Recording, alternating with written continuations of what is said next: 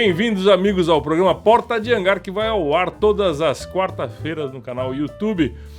Uma honra estar aqui com um grande comandante, meu amigo Pietro Loporchio, ele que veio diretamente da Itália para o nosso canal. Mas antes de tudo, eu vou pedir para você o seguinte: você dá o seu joinha aí para curtir essa entrevista, que vai ser muito legal. E agora você pode tornar-se um membro do Porta de Hangar, tá bom? Você vai lá, entra lá no Torne-se Membro e ajuda o canal. E pode participar também das lives com Super Chat.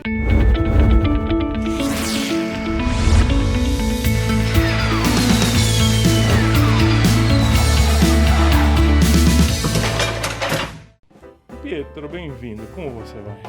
Tudo bem, meu grande amigo. Uma honra te ver novamente. A honra é minha. Direto da praia para São Paulo. Tava lá sossegado e veio aqui Tranquilo lá. passear um pouco aqui no Porta de Hangar. Aonde é que você nasceu com esse sotaque de japonês que você tem? Eu nasci na Itália, em Nápoles. Com 4 meses, infelizmente, estourou a guerra. E fiquei até os 8 anos de idade na Suíça. Aí a guerra acabou, voltei para a minha terra natal, Nápoles. Depois de um ano, subi para Milão, no norte da Itália, até vir embora para o Brasil. Lembra da guerra? Lembro perfeitamente, nítido. É. Tinha muita arma espalhada. Como é que é? O pessoal largava as armas para lá? Para você ter uma ideia, nós atravessamos a Itália toda de caminhão, com 2 caminhões, quando descemos da Suíça para até a minha terra, Nápoles, não é? A rodovia era coalhada de bala de tudo quanto é tipo. É mesmo? De tanque de guerra, de metralhadora, de tudo. Era uma rodovia só cheia de bala. Qual foi a pior fase que você lembra da guerra? Qual que foi a pior fase que você fala assim de comida, de comercial? A pior fase, até morar nas montanhas, divisa com a Suíça, a gente não passava fome. Só que era limitado, mas a gente se virava. Agora, quando cheguei em Nápoles, na minha terra, aí o negócio era duro. Não era brincadeira. Não era brincadeira. Como é que surgiu a aviação na sua vida? A aviação surgiu o seguinte: eu fui passear, eu e a minha senhora, que na época era minha namorada, em Malpensa, em Milão, no campo da aviação. Lá eu me reparei com o J3. Na realidade, ele é um J3, mas a matrícula, a configuração de guerra era L4, que era um avião de observação, envidraçado. Aquilo ficou na minha memória. Depois vim para o Brasil, acabei esquecendo, trabalhando, tive filho, tenho muito a ver, tinha que trabalhar de manhã para almoçar, enfim, toda aquela série, mas nunca desanimei. Aí um dia, já com uma idade de 35, 36 anos, um senhor me levou para Peruíbe para ver um loteamento. Na volta, tinha um aviãozinho voando, não é? Que era justamente um avião do Aeroclube de Santos. Eu olhava o avião e continuava andando. O cara pegou e falou para mim: olha, eu fui sargento da Força Aérea, você está olhando, aquele avião pertence ao Aeroclube. Eu falei: é longe? Eu falei: não, é logo perto, aí vamos até lá. Eu fui até o Aeroclube. No mesmo dia eu fiz a inscrição. Foi um troço meio sem graça, assim, aquele dia, não é? Porque eu já marquei uma aula para o dia seguinte, 1h da tarde. Cheguei lá, tinha uma secretária lá, e tinha várias pessoas. 1h nada, 2h nada, 3h nada, 4h nada. Eu já sabia mais ou menos o que era o pôr do sol, não é? 5h, eu falei: mas como é que é? Ah, não sei o quê, o senhor já vai voar. Vou o quê? Se o pôr do sol é 5h30. Quando eu saí, eu vi um cara que falou assim: que é esse cara? Aí eu virei para trás, mas tinha uma meia dúzia de pessoas, não é? Mas já imaginei que o dia seguinte, quando ia voar, alguém ia aprontar. E realmente, dia seguinte, 9h da manhã, o avião estava lá, o instrutor estava junto. Fomos voar, chegamos lá em cima de Santos. O cara falou assim para mim: você está vendo aquela caixa d'água? Falei: que caixa d'água? Tem 1000 caixas d'água lá embaixo? Não, aquela lá, assim, acabei de falar. O cara entrou num parafuso. Eu falei: vou morrer afogado dentro da caixa d'água. Aí, puta, nem te falo, foi um desastre, tornou looping. Aí, mano, chegando lá no campo, eu comecei a pensar: pô, se ele consegue, por que eu não consigo? No fim, se tornamos íntimo amigo, foi o meu instrutor praticamente único, E assim começou. Você lembra o nome dele? Lembro-se, Edgar. Depois eu me vinguei dele. Assim, ficamos amigos, inclusive frequentava a minha casa, frequentava dele. Um dia ele mudou para Botucatu. Aí eu fui passear lá em Botucatu, mas fui de propósito. Lá tinha um Paulistinha P56, que era de particular. Certo, era do Aeroclube, mas particular, não era nada de DAC tudo. Falei, Edgar, vamos fazer um voo? E lá em Botucatu tem a serra que desce, não é? Ah, aí eu me vinguei. É parafuso à direita, à esquerda, no meio da serra. E desceu a serra. Descendo da serra, literalmente. com tudo que tinha direito. Que legal. E na sua família, quantos filhos você tem? Eu tenho 3 filhos. Tenho uma filha mais velha, a primeira, depois tenho meu filho no meio, e a menina mais nova na terceira. Só que agora a minha filha mais velha está com 58, o meu Pietro está com 56 e a mais nova com 54. Quer dizer, já tudo escadinha, adulto. né? É. Quem que seguiu a aviação? Algum deles seguiu a aviação? O meu filho do meio. Sei. E agora vão seguir os meus netos, que seria o filho do Pietro, só que eu exigi primeiro se formar na escola. Um se formou advogado, o mais novo, o mais velho se formou engenheiro, agora que eles vão começar a voar. Porque a aviação é que nem uma cachaça. Você toma e não para mais. Aí o vírus é complicado, né? Isso, descuida dos estudos, tudo. Agora, essa é uma exigência que eu fiz. Dados que eles não têm intenção de entrar na comercial, que nem eu. E aí, inclusive, quando acabei o curso, não sei se lembra, tinha aquela empresa Glube Lago Azul de Belo Horizonte, tinha 4 DC-3, eles me convidaram para voar um. Mas eu tinha a minha firma, depois eu gosto de voar sozinho. Não gosto de companhia. Entendeu? Você me falou agora há pouco que você faz aniversário no dia 23 de dezembro.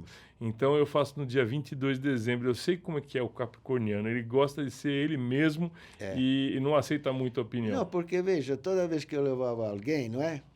Eu não ligo muito para tempo. Agora o cara começava a rezar, vamos morrer, os meus filhos como é que fica. Aí eu tenho que me preocupar com o cara e não com o avião. Eu falei, chega, entendeu? Eu vou sozinho, que é melhor. Mais prático. Mais prático. Quer dizer que você pode dizer que você é um homem que teve tudo na vida, teve uma vida plena, porque tirou brevet, tem uma situação financeira boa, pode ter os seus aviões e tem 3 filhos e um piloto. E os netos querendo ser piloto. Os netos parece que eles têm o dom de voar. Pra você ter uma ideia, em espaço prolongado, umas 3 horas, e os caras já estão voando. Que legal, que joia. E na aviação, mesmo sendo aviação executiva, você teve algum trabalho com aviação? Você trabalhou com alguma coisa na aviação? Não, o meu filho tinha um sítio, e tinha um grande amigo que era engenheiro agrônomo. Sei. Meu filho se empolgou para ser engenheiro agrônomo. Eu falei, bom, vou fazer o curso de agrícola, assim eu pulverizo a minha fazenda, não preciso de empregado nem nada. Acabei o curso, inclusive dei instrução no curso, uma vez no próprio CAVAG. E depois o desgraçado mudou para engenharia e já viu. Lá eu fiquei, inclusive checava os pilotos agrícolas. Sim. O CAVAG é lá em Sorocaba antigamente. Em Sorocaba, era do governo federal. Do governo federal. E você deu instrução em aeroclube, essas coisas ou não? Dei só em aeroclube de Praia Grande, não é? Que a turma fala Santos, mas na realidade ele estava em Praia Grande, só lá de 10 mil horas de instrução. Caramba, muita coisa, né? Nós temos um amigo em comum, o Gato, você conhece ele, o Gatinho? Mas não é o Gatinho mecânico, é o Kiko. Esse foi meu aluno. O Gato também, mecânico, o Gatinho foi meu aluno também. É uma gataiada lá na praia, né? Que não... O pai dele foi presidente do Aeroclube de Santos. Foi uma gestão muito boa, porque ele também é um grande apaixonado. Entendi. Falando em paixão, quais são os aviões da sua vida? Quais são os aviões que era você apaixonado? O que você gosta? Bom, na realidade, a minha paixão mesmo é Cessna 170. Tive 5. É mesmo?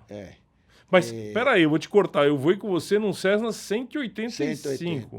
180. 180. Ah, tá. Que é parecido com o 185. É, o mesmo cubagem de tudo, só que o motor do 180 é 230 cavalos e do 185 é 300. E você fez um posto 3 pontos que eu nunca mais vou esquecer.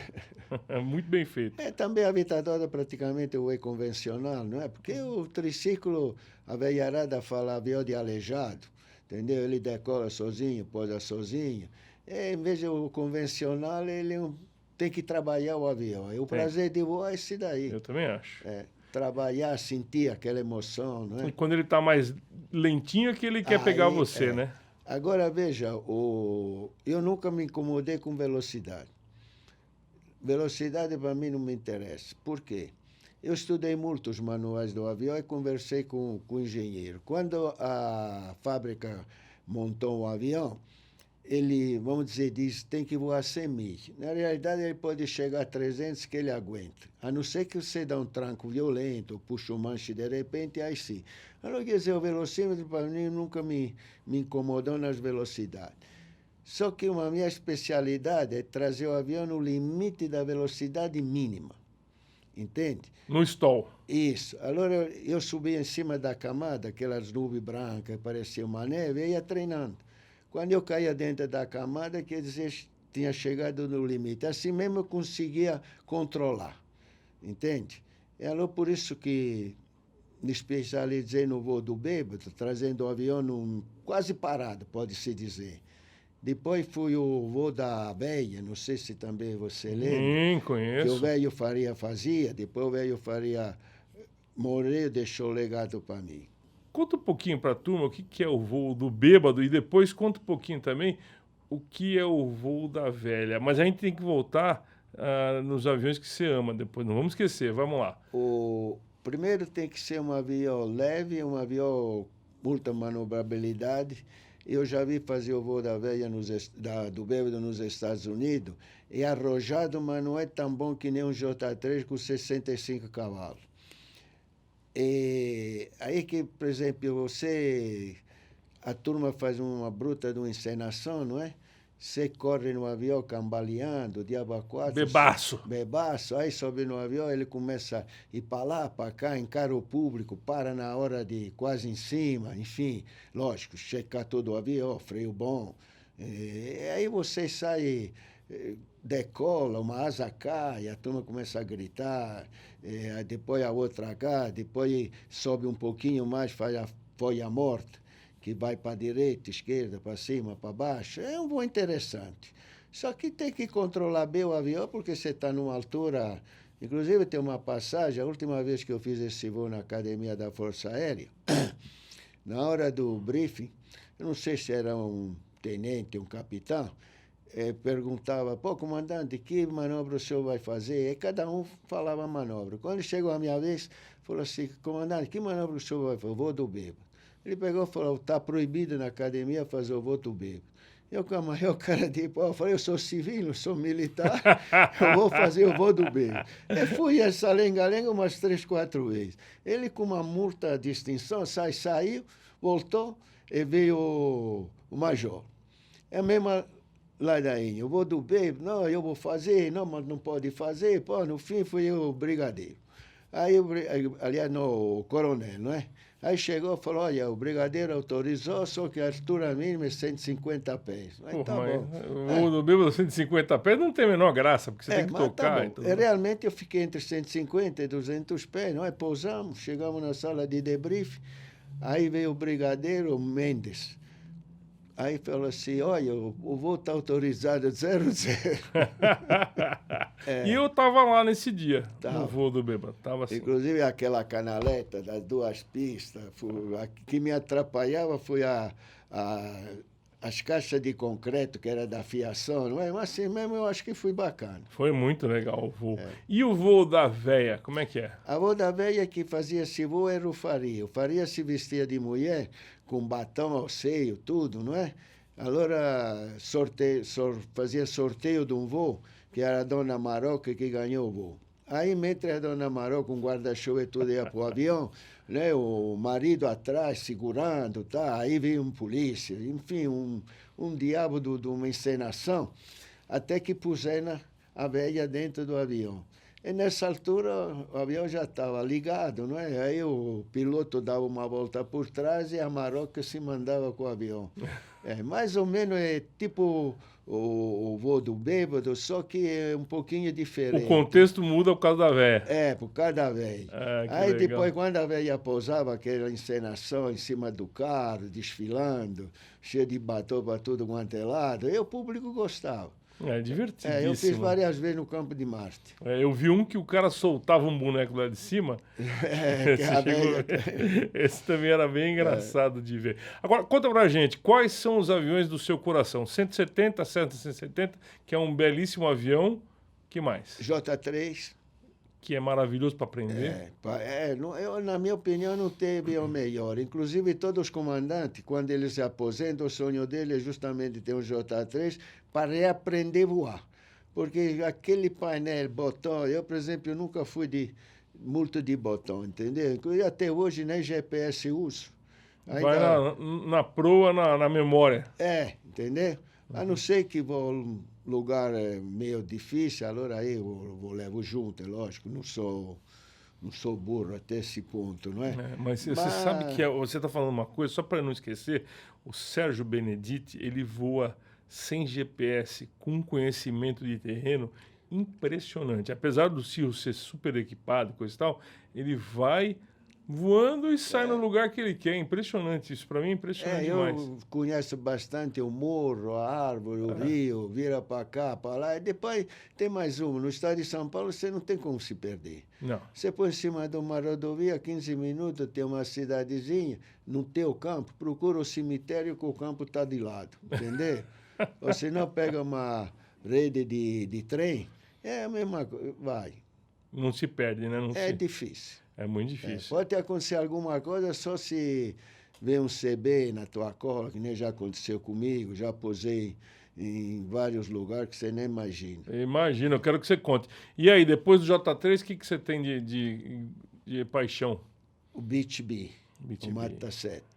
Muito legal. Esse é outro avião que incorporou. Você tem um? Tenho. Que legal. É um C-45H.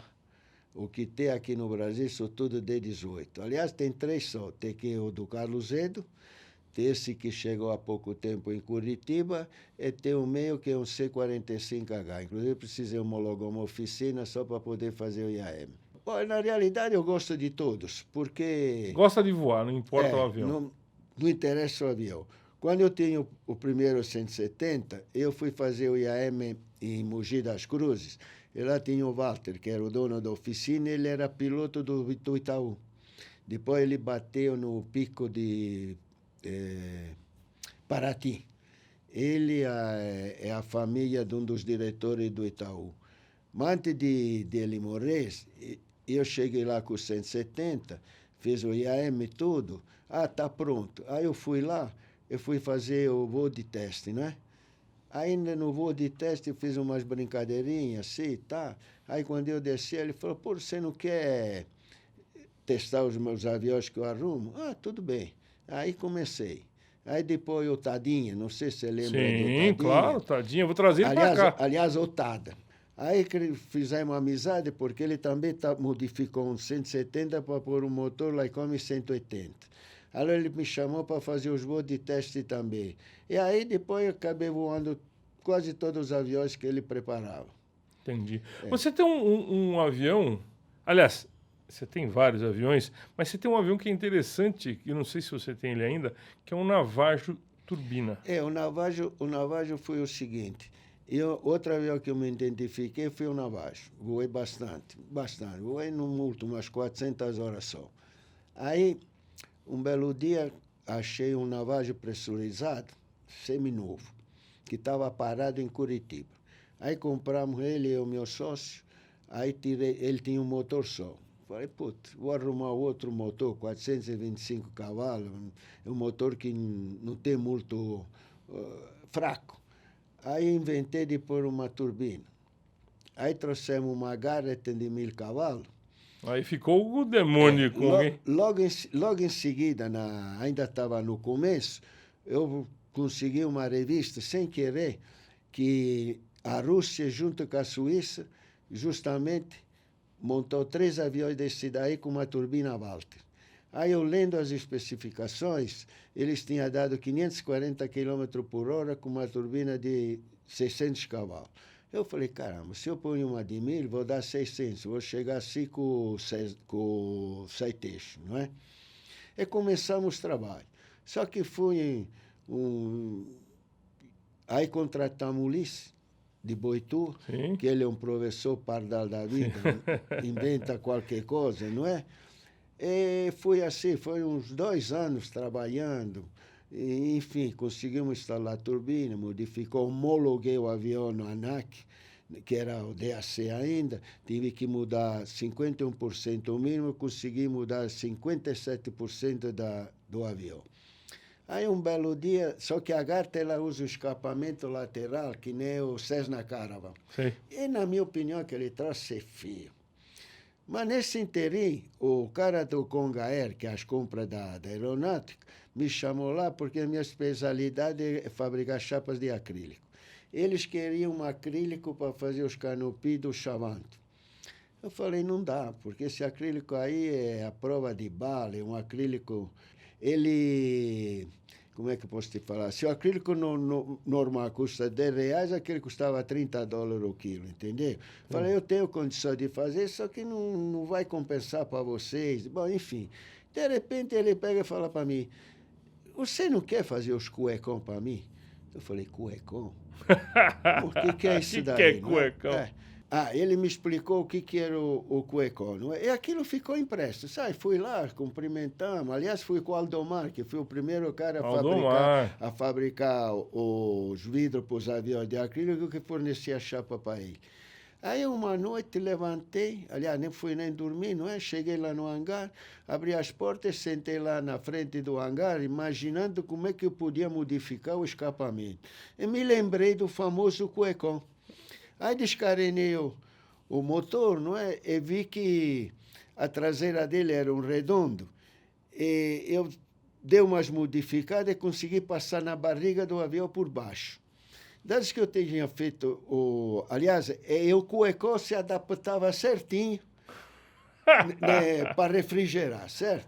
Só que na barriga ia ficar um redondo grande, sabe? Eu tinha feito o curso de acrílico, e no curso de acrílico, quando você lança o sólido, tem o pé de pato. Aí mandei construir um pé de pato, soldado e tudo, ficou uma maravilha. Escapamento sumiu do avião. Sumiu, o avião ficou liso. Claro. Aí depois vieram vistoriar o avião e veio um brigadeiro junto, que foi justamente o brigadeiro do CTA que homologou o motor a álcool nos Ipanema. E logo em seguida ele se aposentou. Quando ele viu aquilo, falou assim, eu não acredito. Aí começou a mandar os alunos do ITA lá, para ver como é que a gente fazia. Agora, o Ulisses, que é um professor pardal, não é? A gente explicava como é que você faz uma nervura, como é que faz um semi-cantilever, e assim surgiu o avião. Que legal. E esse avião agora se encontra com o filho do Ulisses, o Paulinho, que também foi meu aluno. Então, o Valdir está colocando a foto do Navagem aí para a gente ver. É bem interessante esse avião, realmente, hein? Ele a vantagem que, inclusive, tem várias as passagens. Aí todo mundo falava que o Navajo era trem de pouso do Tucano, a cauda, e as asas, não é? Aí o João Amaro tinha um Tucano desmontado que comprou no Ferro Velho.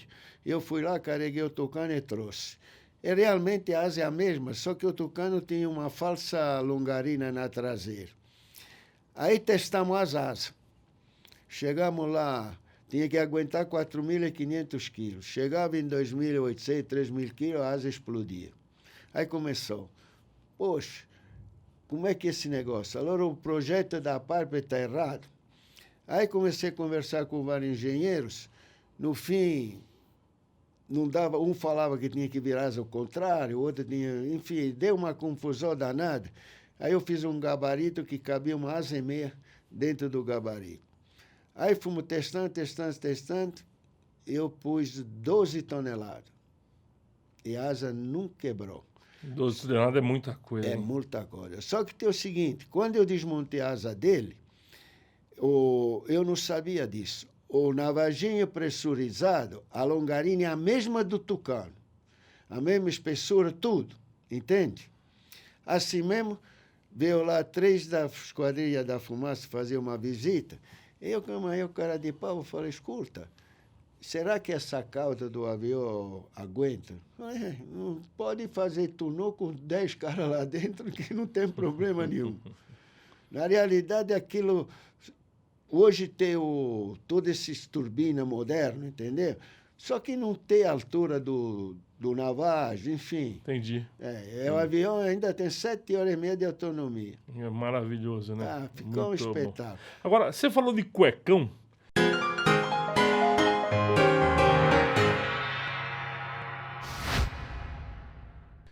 Qual foi a maior troca de cueca que você teve na sua vida?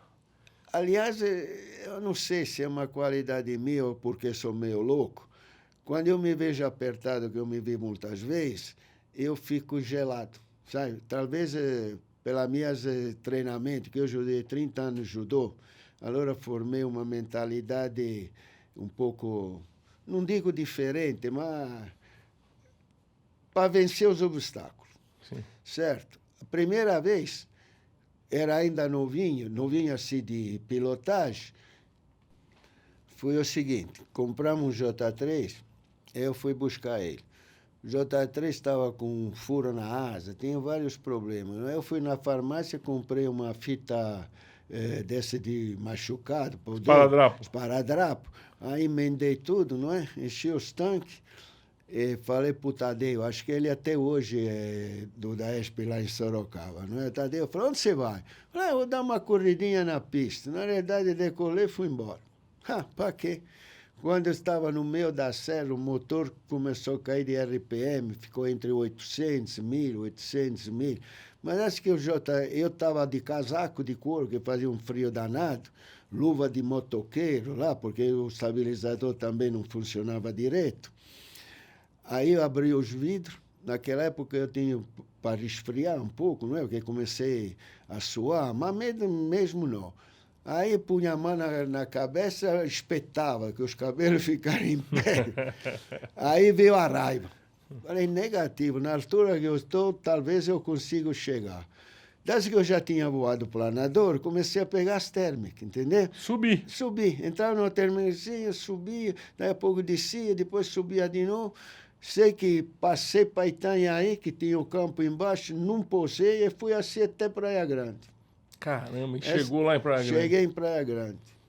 Mas o seu destino final não era Praia Grande? Era Praia Grande. Ah, tá. Eu fui buscar o avião em Sorocaba e levei para Praia Grande. Que entendeu? É perto, né? É perto. Só que atravessei, passei, só que o motor, já viu, não é? Depois precisava refazer o motor. Inclusive, quem fez o motor foi a Jata Aviação, do Willy.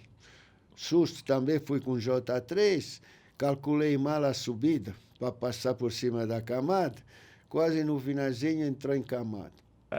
Mas eu já estava esperto porque conversava muito com os mais velhos. Aliás, toda a minha vida aprendi, depois tive bom instrutor, o Jason, o médico Jason que você conhece, o Casarim, que fazia acrobacia, o Fernando Pai de Barro, que me ensinou o APT-19. Aliás, entrevistei ele esses dias, vai ser uma baita de uma coisa, vai ser uma coletânea do Fernando. O Aimoré me ensinou o Abiker. Aimoré. Aí colei o manche, chutei o pedal.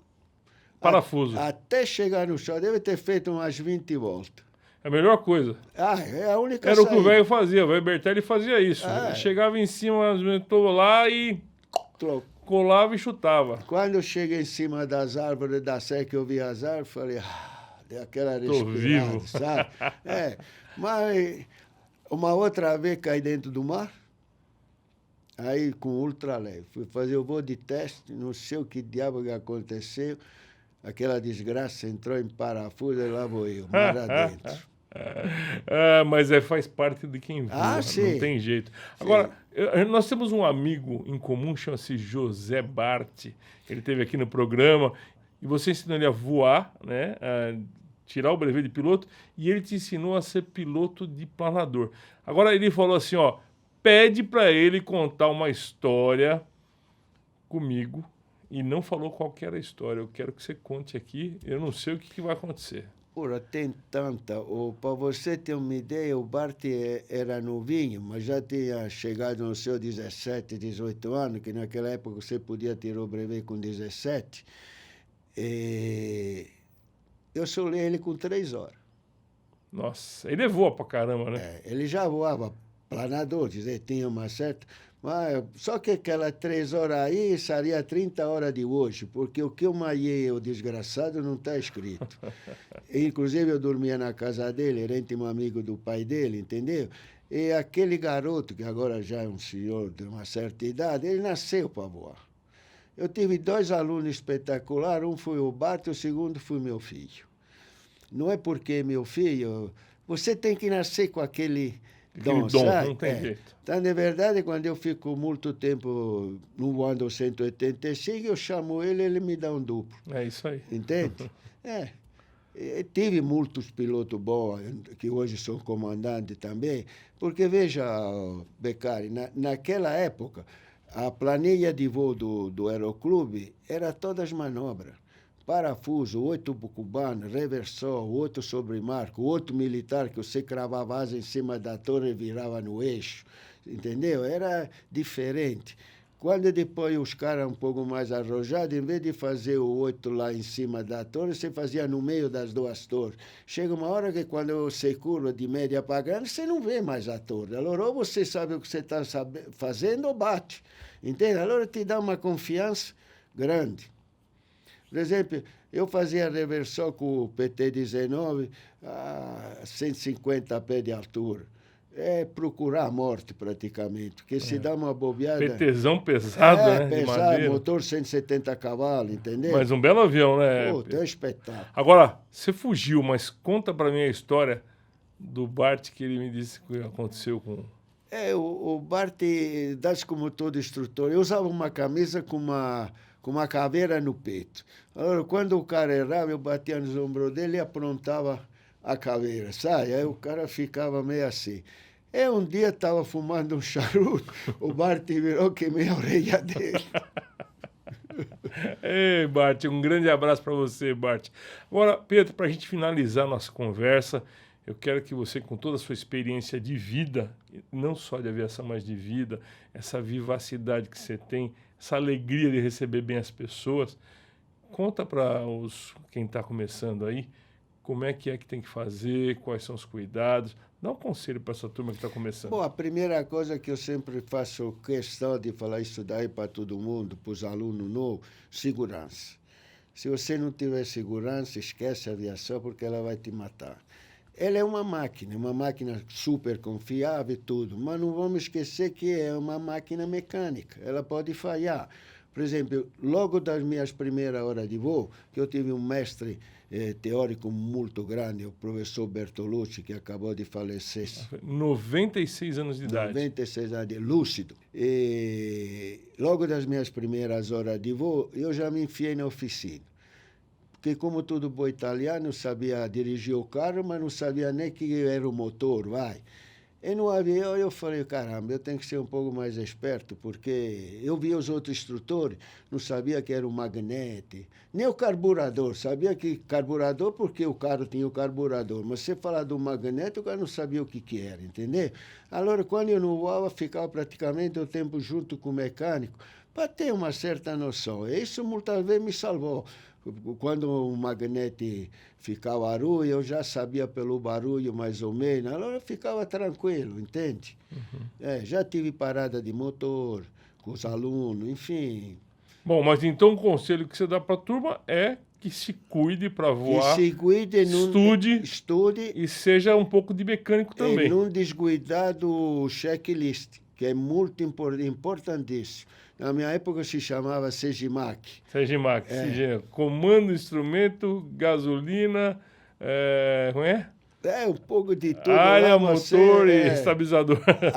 Agora entendeu? E a instrução naquela época era completa. Você solava quando você sabia tudo. Entendeu? Eu, graças a Deus, tive uma instrução completa com o meu amigo Murilo de Oliveira Sacco. Ele já foi embora, mas me ensinou muita coisa. Pietro, foi uma honra ter você aqui no programa.